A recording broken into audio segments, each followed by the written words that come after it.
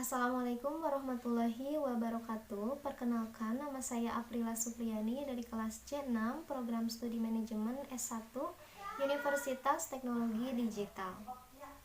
Video ini dibuat untuk memenuhi nilai evaluasi tengah semester pada mata kuliah konsentrasi yaitu sumber daya manusia. Di sini saya akan memaparkan materi manajemen kinerja pada bagian perancangan sistem manajemen kinerja.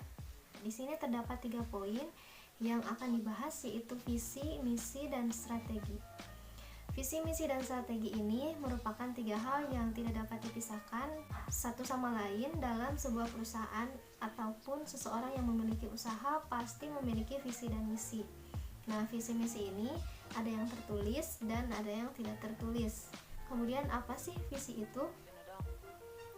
Adapun pengertian visi ini merupakan suatu rangkaian kata yang di dalamnya terdapat impian, cita-cita, atau nilai inti dari suatu perusahaan atau organisasi yang ingin dicapai di masa depan.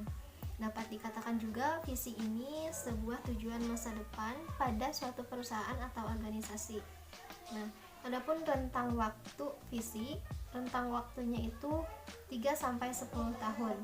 Karena setelah 10 tahun pasti perusahaan itu akan beradaptasi dengan lingkungan, sehingga visi ini harus sering dievaluasi ataupun diubah seiring dengan berjalannya waktu.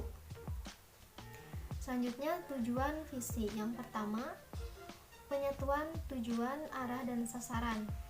Jadi antara tujuan, arah, dan sasaran itu disatukan. Kalimat visi itu biasanya dimulai dari tujuan hingga terakhir mengungkapkan sasarannya. Yang kedua, dasar pemanfaatan sumber daya. Baik itu sumber daya manusia, sumber daya teknologi, sumber daya alam, kemudian sumber daya finansial, dan lain sebagainya. Yang ketiga, pembentukan corporate kultur atau budaya korporasi di dalam sebuah perusahaan atau usaha. Maksudnya ketika kita sudah menjalankan atau melakukan kegiatan untuk mencapai visi tersebut secara tidak langsung sudah membentuk budaya korporasi di dalam sebuah perusahaan tersebut. Kemudian di sini terdapat kriteria visi yang baik. Terdapat 6 kriteria visi menurut Wibisono tahun 2006. Menyatakan cita-cita masa depan. Yang kedua, singkat, jelas, fokus, dan merupakan standar excellence. Kemudian realistis, atraktif, dan mampu menginspirasi komitmen serta antusiasme, mudah diingat dan dimengerti, dapat ditelusuri tingkat pencapaiannya. Selanjutnya, hubungan visi dan kinerja. Dua hal ini saling keterkaitan dan saling support satu sama lain. Dapat dikatakan visi ini sebagai pijakan awal dalam menyusun misi dan strategi yang akan digunakan sehingga dapat menentukan standar kinerja yang diinginkan oleh perusahaan. Itulah hubungan antara visi dan kinerja. Yang kedua, misi. Setelah menentukan visi yang berisi cita-cita atau impian perusahaan, selanjutnya misi, yaitu merupakan suatu langkah atau tahapan yang semuanya harus dilalui oleh perusahaan yang bersangkutan untuk dapat mencapai visi.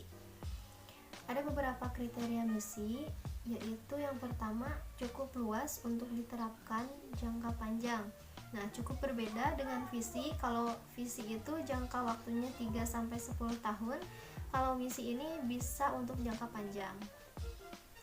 Yang kedua, cukup spesifik untuk mengkomunikasikan arah, yang pastinya arah yang dituju oleh perusahaan. Yang ketiga, fokus pada kompetensi perusahaan. Nah, selanjutnya berikut adalah langkah penyusunan misi. Yang pertama, melakukan brainstorming dengan menuliskan beberapa kata yang menggambarkan organisasi. Yang kedua, fokus pada kata-kata yang paling penting. Yang ketiga, mengkombinasikan kata-kata tersebut, kemudian mengedit kata-kata tersebut hingga benar. Nah, adapun hubungan misi dan kinerja. Misi dan kinerja ini saling berhubungan karena misi membutuhkan bantuan dan dukungan dari individu setiap karyawan yang memiliki komitmen dan kompetensi yang mampu diandalkan sehingga dapat melakukan kinerja dengan baik untuk dapat menjalankan misi perusahaan. Dan yang ketiga adalah strategi. Pengertian dari strategi adalah integrasi antara tujuan utama perusahaan dan rangkaian tindakan berupa satu kesatuan rencana perusahaan yang komprehensif dan terpadu yang diperlukan untuk mencapai tujuan perusahaan. Jadi, strategi ini berada di tengah-tengah yang mengintegrasikan antara tujuan perusahaan dan langkah-langkah untuk mencapai tujuan. Ada 4 elemen dalam penetapan strategi. Yang pertama adalah continuity atau berkesinambungan. Yang kedua, proses development atau pengembangan proses. Jadi strateginya memiliki pengembangan dalam proses. Yang ketiga, competitive advantage atau keunggulan kompetitif. Jadi bagaimana kita mengeksploitasi kelebihan atau competitive advantage dari suatu perusahaan. Selanjutnya, company and environment integration, yaitu bagaimana mengintegrasikan perusahaan dan lingkungan. Ada 4 strategi dasar. Berikut adalah strategi dasar yang digunakan oleh perusahaan. Yang pertama, strategi harga murah atau low cost strategy, artinya perusahaan memberikan harga murah kepada konsumen. Yang kedua, kepemimpinan produk atau product leadership, artinya nilai tambah yang mencirikan strategi kepemimpinan produk adalah inovasi serta kecepatan meluncurkan produk ke pasar. Yang ketiga, menyelesaikan solusi pelanggan atau complete customer solution strategy.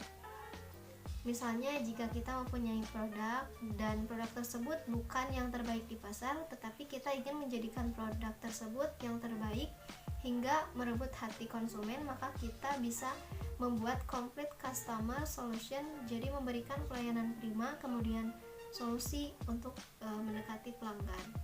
Yang keempat, strategi mengunci pelanggan atau sistem lock-in strategy, artinya strategi yang dimana customer sangat bergantung pada produk dan layanan sehingga customer tidak dapat pindah ke brand lain tanpa biaya peralihan dan substansial. Adapun hubungan strategi dan kinerja, strategi juga saling berhubungan dengan kinerja karena penentuan strategi ini adalah penentuan level sumber daya manusia yang diperlukan dan penetapan tolak ukur kinerja untuk mendukung strategi dan variabel apa yang akan digunakan untuk mengukur kinerja tersebut. Cukup sekian materi yang dapat saya sampaikan. Semoga bermanfaat.